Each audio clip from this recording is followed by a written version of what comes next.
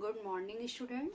मैं राखी कुमारी आदित्य प्रकाश जरान teacher training college से वीडियो के माध्यम से B Ed first year course two के अंतर्गत बुनियादी शिक्षा टॉपिक में आज लेके चल रही हूँ। उस पर आज हम अध्ययन करेंगे। वैसे देखा जाए तो आज बुद्ध पूर्णिमा है। यह बैसाख माह की पूर्णिमा में मनाया जाता है। बुद्ध पूर्णिमा के दिन गौतम बुद्ध का जन्म हुआ था। इसी उपलक्ष्य में हम यह त्योहार मनाते हैं। चलिए अब हम आगे देखते हैं कि बुनियादी शिक्षा है क्या।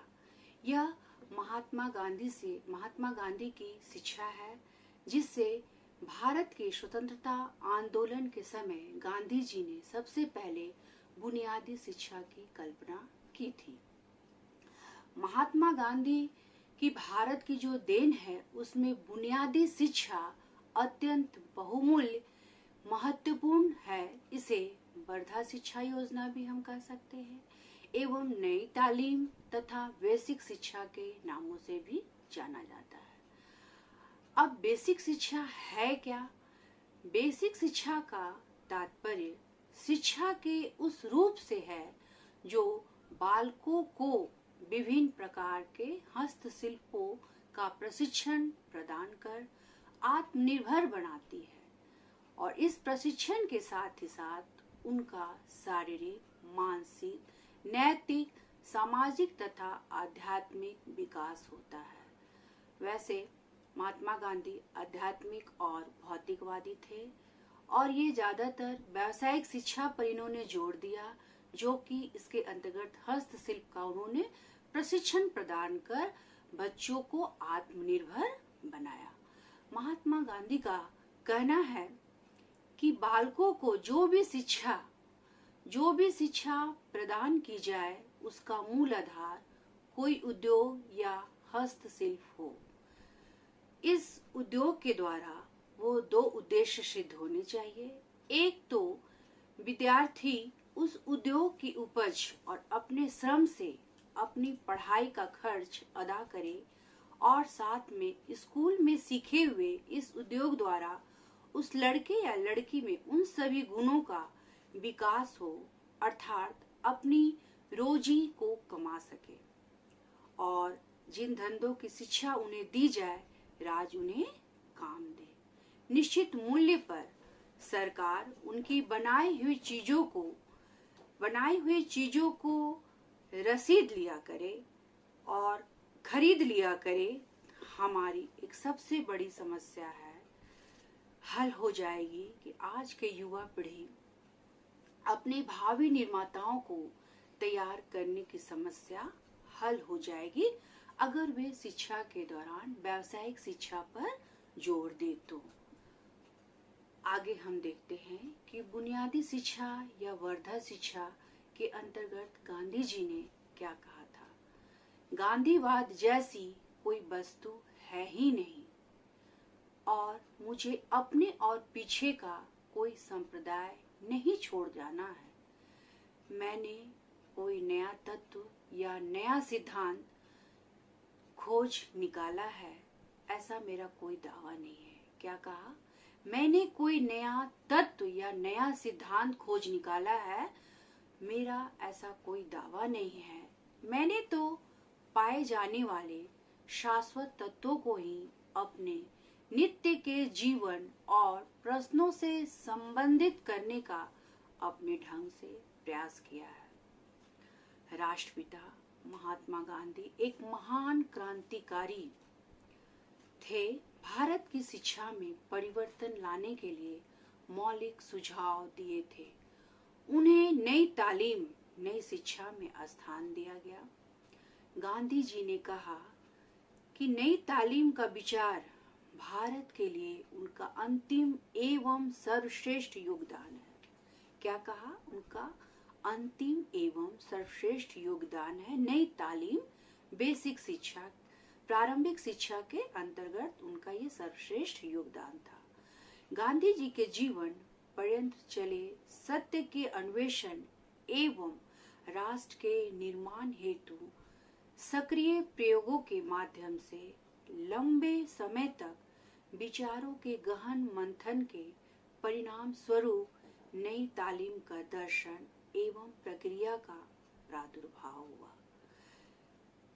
लंबे समय तक विचारों के गहरे मंथन के परिणाम स्वरूप नई तालीम का दर्शन एवं प्रक्रिया का प्रादुर्भाव हुआ, जो केवल भारतवर्ष ही नहीं अपितु संपूर्ण मानव समाज को एक नई दिशा देने में सक्षम था। इसे ही वर्धा शिक्षा योजना, नई तालीम, बुनियादी तालीम तथा बेसिक शिक्षा के नामों से जानते हैं। 22 अक्टूबर सन 1937 में महात्मा गांधी के नेतृत्व में उक्त प्रकार की नई शिक्षा योजना का विचार करने के लिए देश के राष्ट्रीय मनोवृत्ति वाले शिक्षा शास्त्रियों की एक परिषद वर्धा में आयोजित की गई। कब की गई? 22 अक्टूबर सन 1937 को। उन शिक्षा शास्त्री का क्या कहना था? शिक्षा शास्त्री थे अविनाश लिंगम। बुनियादी शिक्षा और राष्ट्र पिता का अंतिम और संभवतः महानतम उपसंहार है। बुनियादी शिक्षा हमारे राष्ट्र पिता का अंतिम और संभवतः महानतम उपसंहार है। इस उपसंहार को सन 1937 की किन परिस्थितियों के माध्यम से अपने देशवासियों को भेंट किया, इसका मानचित्र प्रस्तुत करते हुए एम.एन. बसु ने लिखा है कि कांग्रेसी मंत्रिमंडल के कार्यक्रम में दो मुख्य बातें थी, पहला जन शिक्षा और दूसरा नशा निषेध। किंतु वे दुविधा में ये नशा निषेध को पक्ष में लेते हुए काम करने से इसका परिणाम क्या होगा? आय या इनकम में भारी कमी, जबकि जन शिक्षा के कार्यक्रम को वास्तव में प्रभावपूर्ण बनाने के लिए अतिरिक्त की आवश्यकता थी। इन दोनों विरोधी कार्यों में समन्वय या मेल किस प्रकार स्थापित किया जा सकता है, इस अवसर पर गांधी जी ने अपनी स्वावलंबी बुनियादी शिक्षा की योजना की। स्वावलंबी बुनियादी शिक्षा योजना का क्या यहाँ पर है कि वो बच्चों को 7 वर्ष के अंदर बच्चों को एक व्यवसाय और हस्तशिल्प के माध्यम से उनके अंदर समन्वित कर देना चाहते थे, ताकि वे अपने ऊपर आत्मनिर्भर हो सके। आगे देखते हैं वर्धा शिक्षा योजना है क्या। वर्धा शिक्षा योजना का आधार शिक्षा को राष्ट्रीय जीवन से जोड़ना है और इसे स्वावलंबी बनाना है। इसीलिए 22 अक्टूबर सन 1937 को महात्मा गांधी ने इस शिक्षा योजना पर विचार किया था। शिक्षा द्वारा गांधी जी देश में अहिंसात्मक क्रांति लाना चाहते थे। वे महान स्वतंत्रता सेनानी, समाज सेवक, चिंतक एवं उच्च कोटि के शिक्षा शास्त्री थे। उनका दृढ़ विश्वास था कि शिक्षा ही एक ऐसा माध्यम है जिससे भारतीय समाज सेवक, चिंतक एवं उच्च कोटि के शिक्षा शास्त्री। उनका विश्वास था कि शिक्षा ही एक ऐसा माध्यम है जिससे भारतीय समाज के सभी वर्ग उन्नति कर सकते हैं, और शिक्षा पर अनेक लेख लिखे, पुस्तकें लिखे, देश के प्रमुख शिक्षाविदों से विचार विमर्श किया। अंत में शिक्षा पद्धति को नई दिशा देने का प्रयास किया। वर्धा शिक्षा योजना वह आयोजना है जिसका सूत्रपात महाराष्ट्र के वर्धा नगर में महात्मा गांधी द्वारा बुलाए गए राष्ट्रीय कार्यकर्ताओं के शिक्षा संबंधित सम्मेलन में हुआ था। कहाँ हुआ था?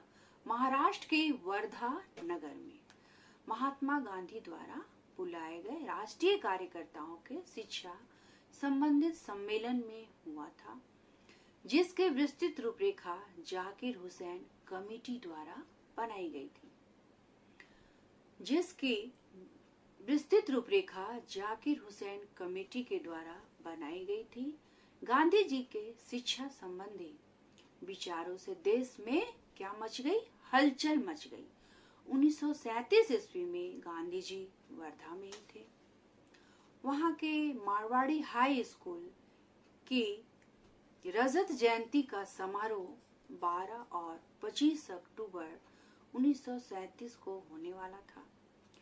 इस अवसर पर भारत के प्रसिद्ध शिक्षा शास्त्रियों, राष्ट्रीय नेताओं एवं समाज सुधारकों का आमंत्रित किया गया था।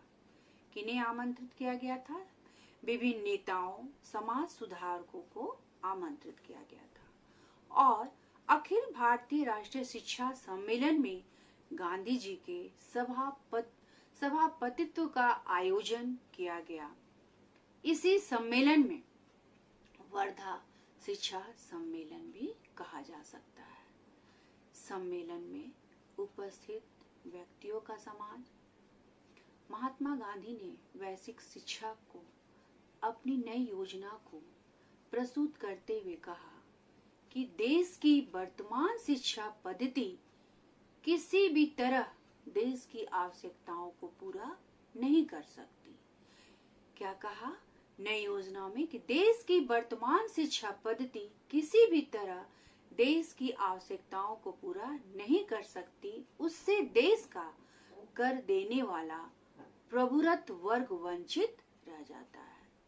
अतः प्राथमिक शिक्षा का पाठ्यक्रम कम से कम 7 साल हो, जिसके द्वारा मैट्रिक का भी ज्ञान प्राप्त हो जा सके। कितना हो पाठ्यक्रम का? कम से कम 7 साल का हो, जिसके द्वारा मैट्रिक का ज्ञान दिया जा सके। परंतु इसमें अंग्रेजी के स्थान पर कोई अच्छा उद्योग जोड़ दिया जाए। अंग्रेजी के स्थान पे अच्छा उद्योग जोड़ दिया। अच्छा उद्योग यहाँ पर किसे बोला गया? हस्तशिल्प, बुनाई, कटाई इत्यादि को शामिल किया गया। अर्थात व्यावसायिक शिक्षा घर में रह के और कार्य करे। सर्वांगीण विकास के उद्देश्य से सारी शिक्षा जहाँ तक हो सके किसी उद्योग के द्वारा दी जाए, जिससे पढ़ाई की रुचि निकल सके। यह आवश्यक है कि सरकार उन बनाई हुई चीजों का राज्य द्वारा निश्चित कीमत देकर खरीद सके, ताकि बच्चे अपने स्कूल की शिक्षा की पढ़ाई और अपने आवश्यक वस्तुओं की चीजों की पूर्ति कर सके। शिक्षा सम्मेलन द्वारा पारित प्रस्ताव क्या क्या हुआ? राष्ट्र के सभी 7 वर्ष निशुल्क एवं अनिवार्य शिक्षा की जानी चाहिए। शिक्षा का माध्यम मातृभाषा होनी चाहिए। 7 वर्ष की संपूर्ण अवधि में शिक्षा केंद्र बिंदु कोई हस्तशिल्प होना चाहिए। बच्चों को केंद्रीय हस्तशिल्प पर आधारित शिक्षा दी जानी चाहिए। उसका चुनाव बच्चों के वातावरण में दृष्टिगत रखकर किया जाना चाहिए। इस प्रकार महात्मा गांधी ने एक पंक्ति लिखा है कि बुनियादी शिक्षा बच्चों को, चाहे वे नगरों के हो या ग्रामों के, भारत की समस्त सर्वोपरि सर्वोत्तम स्थायी बातों से स्थापित करती है। क्या लिखा? बच्चों की शिक्षा चाहे नगरों की हो या ग्रामों की, समस्त सर्वोपरि स्थायी बातों से स्थापित करती है। बुनियादी शिक्षा व्यक्ति और समाज के बुनियादी घनिष्ठ संबंधों पर आधारित है। बुनियादी शिक्षा व्यक्ति और समाज के बुनियादी घनिष्ठ संबंधों पर आधारित, व्यक्ति और समाज में घनिष्ठ संबंध बना रहता है। सन 1955 ईस्वी में भारत सरकार के द्वारा प्रकाशित अंडरस्टैंडिंग ऑफ बेसिक एजुकेशन में बेसिक शिक्षा को स्पष्ट करते हुए लिखा है कि बेसिक स्कूल में व्यक्तिगत और सामुदायिक स्वतंत्रता की क्रियाएं सबसे प्रमुख मानी जाती है। व्यक्तिगत और सामुदायिक स्वतंत्रता की क्रियाएं प्रमुख मानी जाती है। अर्थात एक स्कूल के बच्चे या 7 साल के बच्चे को स्वतंत्रता दी गई कि वो जिस क्षेत्र में जाना चाहे अपनी रुचि के अनुसार वे कार्य करे और रुचि के अनुसार वो अपने विषय को प्राथमिकता दे। शिशु की शिक्षा बालकों के मस्तिष्क में अव्यवहारिक विचारों को ठूसना नहीं है, वह मूल रूप से उन्हें अच्छी आदतें, नित्य कर्म, दांत, नाक और आंखों की सफाई, स्नान, शारीरिक व्यायाम, कपड़े धोना और अन्य दैनिक क्रियाओं के अनुभव में प्रशिक्षित करना है, जिससे उनमें अच्छी आदतों का निर्माण हो सके। इस प्रकार बुनियादी शिक्षा में मॉन्टेसरी और किंडरगार्टन जैसी आधुनिक शिक्षण पद्धतियों के गुण विद्यमान हैं। अब हम आगे देखते हैं कि इसका बुनियादी शिक्षा नाम क्यों पड़ा। अंग्रेजी के बेसिक शब्द का हिंदी अर्थ है आधारभूत और उर्दू अर्थ है बुनियादी, क्योंकि यह शिक्षा निम्नलिखित कारणों के फलस्वरूप आधारभूत या बुनियादी मानी गई है, इसलिए इसका नाम बेसिक शिक्षा पड़ा है। इसमें हम पॉइंट देखेंगे, आप लोग चाहे तो इसको नोट कर सकते हैं। पहला नंबर है कि यह शिक्षा प्रत्येक भारतीय बच्चे के लिए अनिवार्य आधारभूत शिक्षा स्वीकार की गई है। दूसरा है, यह शिक्षा प्रत्येक भारतीय की आधारभूत सामान्य संपत्ति है। फिर से मैं बोल रही हूँ, यह शिक्षा प्रत्येक भारतीय बच्चे के लिए अनिवार्य आधारभूत शिक्षा स्वीकार की गई है। और दूसरा, यह शिक्षा प्रत्येक भारतीय की आधारभूत सामान्य संपत्ति है। नेक्स्ट है, यह शिक्षा भारत की राष्ट्र सभ्यता, संस्कृति और शिक्षा संगठन का आधार मानी गई है। यह शिक्षा भारत की राष्ट्र सभ्यता, संस्कृति और शिक्षा संगठन का आधार मानी गई है। नेक्स्ट है फोर्थ पॉइंट, यह शिक्षा बच्चों की आधारभूत आवश्यकताओं और अभिरुचियों में घनिष्ठ संबंध स्थापित करती है। यह शिक्षा बच्चों की आधारभूत आवश्यकताओं और अभिरुचियों में घनिष्ठ संबंध स्थापित करती है। यह शिक्षा, नेक्स्ट पॉइंट है, यह शिक्षा सामुदायिक जीवन के आधारभूत व्यवसायों से संबंधित है। यह शिक्षा सामुदायिक जीवन के आधारभूत व्यवसायों से संबंधित है। नेक्स्ट पॉइंट है, यह शिक्षा सभी भारतीयों को ऐसा आधारभूत ज्ञान प्रदान करती है कि अपने को पर्यावरण को समझने और प्रयोग करने में सहायता देता है। नेक्स्ट है, यह शिक्षा इसी आधारभूत शिल्प के द्वारा दी जाती है जिसका सहयोग व्यक्ति अपने आर्थिक जीवन के निर्वाह के लिए कर सकता है। फिर से मैं रिपीट कर रही हूँ, यह शिक्षा 6 नंबर है, यह शिक्षा सभी भारतीयों को ऐसा आधारभूत ज्ञान प्रदान करती है अपने को पर्यावरण को समझने और प्रयोग करने में सहायता देता है। नेक्स्ट है, यह शिक्षा इसी आधारभूत शिल्प के द्वारा दी जाती है जिसका सहयोग व्यक्ति अपने आर्थिक जीवन के निर्वाह के लिए कर सकता है। अब हम देखेंगे बुनियादी शिक्षा का पाठ्यक्रम, जो निम्नलिखित विषयों पर आधारित है। आप लोग नोट कर सकते हैं। आधारभूत शिल्प, अभी हमने एक पॉइंट बताया था कि यह शिक्षा सामुदायिक जीवन के आधारभूत व्यवसायों से संबंधित है। तो आधारभूत शिल्प के अंतर्गत क्या क्या आते हैं? 1 नंबर है कृषि, सेकंड कताई बुनाई, तीसरा चमड़े का काम, फोर्थ लकड़ी का काम, फिफ्थ मिट्टी का काम, पुस्तक कला, कागज और कार्डबोर्ड बनाना, मछली पालना, बागवानी करना, फल एवं सब्जी। नेक्स्ट है गृह विज्ञान, बालिकाओं के लिए थी। नेक्स्ट है स्थानीय और भौगोलिक आवश्यकताओं के अनुकूल कोई अन्य उपयुक्त हस्तशिल्प। इन सब चीजों को आधारभूत शिल्प के अंतर्गत महात्मा गांधी ने इन्हें संजो के रखा था, ताकि इस तरह की बच्चों को ये जो शिक्षा हो वो सरल हो और वो व्यावसायिक शिक्षा के माध्यम से विभिन्न तरह से पेशे से जुड़ जाएं और अपनी रोजी रोटी के लिए आगे उनका काम आए। सेकंड, मातृभाषा। थर्ड, गणित आधारभूत शिल्प के अलावा। नेक्स्ट है मातृभाषा, जो कि अनिवार्य हो गई, अंग्रेजी के कारण परेशानियां हो रही थी। तीसरा, गणित और सामाजिक अध्ययन। सामाजिक अध्ययन के अंतर्गत इतिहास, भूगोल, नागरिक शास्त्र। और नेक्स्ट है सामान्य विज्ञान।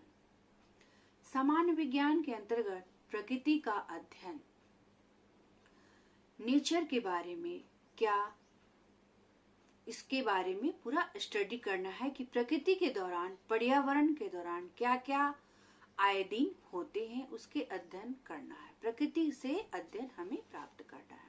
वनस्पति, जीव विज्ञान, रसायन शास्त्र, स्वास्थ्य विज्ञान और नक्षत्रों का ज्ञान इत्यादि। कला, चित्रकला और संगीत कला। नेक्स्ट है हिंदी और नेक्स्ट है शारीरिक शिक्षा, व्यायाम और खेलकूद। फिर से देख लीजिए इसको। मातृभाषा, गणित, सामाजिक अध्ययन, इतिहास, भूगोल और नागरिक शास्त्र। सामान्य विज्ञान, उसके अंतर्गत रसायन शास्त्र, स्वास्थ्य विज्ञान, नक्षत्रों का विज्ञान, प्रकृति का अध्ययन, वनस्पति और जीव विज्ञान। चित्रकला, संगीत कला, हिंदी, शारीरिक शिक्षा, व्यायाम और खेल कूद, इन सब चीजों को महात्मा गांधी की शिक्षा के अंतर्गत जोड़ा गया। नेक्स्ट है बुनियादी शिक्षा के पाठ्यक्रम की क्या विशेषताएं थी। अगर उन्होंने इस तरह की शिक्षा को शामिल किया तो उनकी विशेषताएं क्या होनी चाहिए, इसे हम आगे देखते हैं। पहला क्या है, 5वीं कक्षा तक बालकों एवं बालिकाओं के लिए समान पाठ्यक्रम होगा। 5वीं कक्षा तक के लिए बालकों एवं बालिकाओं के लिए समान पाठ्यक्रम होगा, यानी कि कोई भेदभाव पाठ्यक्रम में न किया जाए। दूसरा है 5वीं कक्षा के बाद बालकों एवं बालिकाओं के लिए अलग विद्यालयों की व्यवस्था की जाए। 5वीं कक्षा के बाद बालक एवं बालिकाओं के लिए अलग से विद्यालय की व्यवस्था की जाए। तीसरा है 6ठी और 7वीं कक्षाओं में बालिकाएं आधारभूत शिल्प के स्थान गृह विज्ञान ले सकती है। इसमें लड़कियों के लिए था, बालिकाओं के लिए उन पर गृह विज्ञान के अंतर्गत चटाई बनाना, टोकरी बनाना, कटाई बुनाई इत्यादि सारे शामिल थे। उसको लड़कियों को गृह विज्ञान वे ले सकती हैं। नेक्स्ट है 7वीं और 8वीं कक्षाओं में संस्कृत, वाणिज्य, आधुनिक भारतीय भाषा की शिक्षा की व्यवस्था है। संस्कृत, वाणिज्य, आधुनिक भारतीय भाषा की शिक्षा की व्यवस्था है। नेक्स्ट है शिक्षा का माध्यम मातृभाषा हो, परंतु राष्ट्रभाषा हिंदी का अध्ययन सब बालकों और बालिकाओं के लिए अनिवार्य है। हमारी मातृभाषा जो है बालक एवं बालिकाओं दोनों के लिए अनिवार्य है 7वीं एवं 8वीं कक्षाओं में। नेक्स्ट है पाठ्यक्रम का स्तर वर्तमान मैट्रिक के समान हो। पाठ्यक्रम का स्तर वर्तमान मैट्रिक के समान, जैसा कि मैंने पहले बताया 7वीं तक, 7 वर्ष तक के बच्चों को ऐसी शिक्षा दे कि वे मैट्रिक के समान हो। नेक्स्ट है पाठ्यक्रम में अंग्रेजी और धैर्य का कोई स्थान नहीं है। पाठ्यक्रम में अंग्रेजी और धैर्य का कोई स्थान नहीं है। अपनी इस योजना में धर्म का स्थान न देने के कारण बतलाते हुए महात्मा गांधी ने लिखा है, क्या लिखा है कि इस योजना में से धार्मिक शिक्षा का बहिष्कार किया जाए। वे धार्मिक शिक्षा के प्रति बहुत कट्टरता थे, क्योंकि हमें भय है आज हम जिन धर्मों को शिक्षा दी जाती है अथवा पालन किया जाता है, वे मेल के जगह क्या उत्पन्न कर देते हैं? झगड़ा, अर्थात सांप्रदायिकता फैला देते हैं। साथ ही मेरा विश्वास है बच्चों को ऐसी शिक्षा अवश्य दी जानी चाहिए जिसमें सभी धर्मों का सार निहित हो। क्या होनी चाहिए? बच्चों को ऐसी शिक्षा अवश्य दी जानी चाहिए जिसमें सभी धर्मों का सार निहित हो। चलिए, नेक्स्ट पॉइंट है बुनियादी शिक्षा के अंतर्गत ही कि बुनियादी विद्यालयों की समय सारणी कैसी होनी चाहिए। Time table of basic schools. बुनियादी विद्यालयों में प्रतिदिन 5 घंटे कार्य होते हैं। उसके लिए निम्नलिखित समय का अनुसरण किया जा सकता है। हमने जैसे आधारभूत शिल्प, मातृभाषा, संगीत, चित्रकला, सामाजिक अध्ययन, सामान्य अध्ययन, शारीरिक शिक्षा और अन्य कार्यक्रम बताए, उन सब के लिए यहाँ पर क्या किया गया? टाइम टेबल बना दिया गया। तो पहला हम आधारभूत शिल्प के अंतर्गत देखेंगे, इसे क्या टाइम दिया गया, आप लोग नोट कर सकते हैं, 3 घंटे 20 मिनट। आधारभूत शिल्प के अंतर्गत क्या टाइम दिया गया? 3 घंटे 20 मिनट, क्योंकि इसमें आधारभूत शिल्प के अंतर्गत बहुत सारे कार्य आते हैं। मातृभाषा के लिए, हिंदी हमारी क्या है? मातृभाषा है, तो मातृभाषा के लिए 40 मिनट का समय दिया गया। नेक्स्ट है संगीत, चित्रकला और गणित, उसके लिए भी 40 मिनट का। फिर है सामाजिक अध्ययन और सामान्य विज्ञान, उसके लिए 30 मिनट। नोट कर रहे हैं आप लोग। नेक्स्ट है शारीरिक शिक्षा, उसके लिए 10 मिनट। व्यायाम, खेलकूद इनसे जुड़ा हुआ है, इसके लिए उन्होंने 10 मिनट का समय निर्धारण किया। और नेक्स्ट है अल्पावकाश, इसमें जो भी एक्स्ट्रा एक्टिविटी उन लोगों को करनी है उसके अंतर्गत उन्होंने कितना समय दिया? 10 मिनट। इस प्रकार कुल समय 5 घंटे और 30 मिनट। बुनियादी विद्यालयों की समय सारणी कितनी थी? कुल समय 5 घंटे और 30 मिनट निर्धारित किया गया। इस प्रकार प्रत्येक वर्ष में 288 दिन कार्य करने की आशा की जाती है। अब हम आगे देखते हैं। यहाँ तक आप लोग को समझ में आ रहा है? चलिए अब आगे हम देखते हैं बुनियादी विद्यालयों के शिक्षक व उनका प्रशिक्षण। Teachers of basic school training. तो बुनियादी विद्यालयों के शिक्षक क्या है? बुनियादी विद्यालयों के शिक्षक के अंतर्गत हम देखेंगे कि सभी विषयों की शिक्षा किसी आधारभूत शिल्प के माध्यम से ही देनी चाहिए, जैसा कि हमने पिछले चैप्टर में आपको बताया। इस शिल्प का चुनाव विद्यालय की स्थानीय भौगोलिक अवस्थाओं को ध्यान में रखकर, है ना, जो भी आधारभूत शिल्प है, भौगोलिक अवस्था है, मीन्स बाहर का वातावरण को देखते हुए, स्थानीय और भौगोलिक अवस्थाओं को देखते हुए हम कहाँ हैं, कैसे क्या कार्य कर रहे हैं, विद्यालय में है कि घर में है, किस तरह के हमें कार्य करने हैं, रखकर ऐसे विद्यालय में उन्हीं शिक्षकों की नियुक्ति की जाती है जो विद्यालयों से संबंधित क्षेत्रों के निवासी होते हैं। पुरुषों की अपेक्षा स्त्रियों को प्राथमिकता दी जाती है, क्योंकि स्त्रियां घर के कार्यों के दौरान भी वे आधारभूत शिल्प, हस्तशिल्प के प्रति उनका ज्यादा मार्गदर्शन रहा है। महिलाएं बच्चों को भी अच्छी तरह पढ़ा सकती है। नेक्स्ट पॉइंट है शिक्षक प्रशिक्षण। शिक्षण परीक्षण। विद्यालयों की सफलता प्रशिक्षित शिक्षकों पर ही निर्भर है। विद्यालयों की सफलता प्रशिक्षित शिक्षकों पर ही निर्भर है। बेसिक शिक्षा योजना के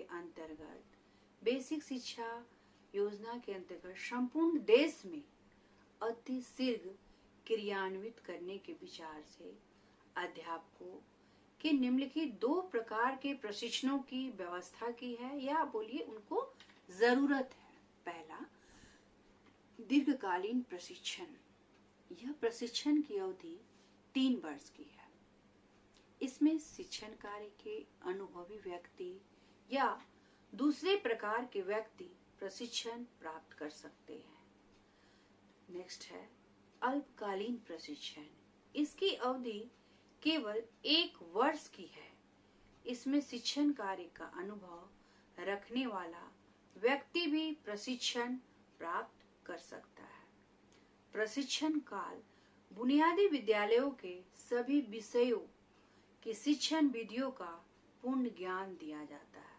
प्रशिक्षण काल पहला क्या था, 3 वर्ष की हो, दीर्घकालीन में 3 वर्ष की हो और अल्पकालीन केवल 1 वर्ष के लिए हो, जिसके अंतर्गत व्यक्ति भी प्रशिक्षण प्राप्त कर सकता है। प्रशिक्षण काल बुनियादी विद्यालयों के सभी विषयों की शिक्षण विधियों का पूर्व ज्ञान दिया जाता है। साहित्यिक विषयों के अतिरिक्त हस्तशिल्पों की भी शिक्षा दी जाती है। अब हम यहाँ तक देख लिए हैं। अब इससे रिलेटेड हम क्वेश्चन देखते हैं, ठीक है, जो आए दिन हमारे एग्जाम के पैटर्न में पूछे जाते हैं कि बुनियादी शिक्षा को हम किन किन नामों से जानते हैं। ठीक है, पहला क्वेश्चन आप लोग नोट करते जाइएगा। दूसरा, वर्धा शिक्षा योजना का शिक्षा का क्या आधार है, या वर्धा शिक्षा योजना इसका सूत्रपात कहाँ हुआ। तीसरा क्वेश्चन है, योजना में शिक्षा का माध्यम क्या रखा गया। प्रारंभिक शिक्षा पाठ्यक्रम की अवधि कम से कम कितने साल की हो। बुनियादी शिक्षा का पाठ्यक्रम में क्या क्या होना चाहिए उसे बताएं। इन सब को देखते हुए हम यही बोलेंगे कि महात्मा गांधी ने आज लोग उन पेशों को जो घरों में होते थे भूल गए। महात्मा गांधी कह रहे हैं कि आज जो लोग घरों में होते थे, जिन पेशों को घरों में करते थे, वे भूल गए। पढ़ लिख कर क्लर्क या अन्य कार्यों को हाथ में ले लिए आज गांव में नहीं शहरों की ओर दौड़ रहे हैं। इसी को कहते हुए मैं धन्यवाद देती हूँ। अगर ये वीडियो पसंद आए तो इसे लाइक करें एवं सब्सक्राइब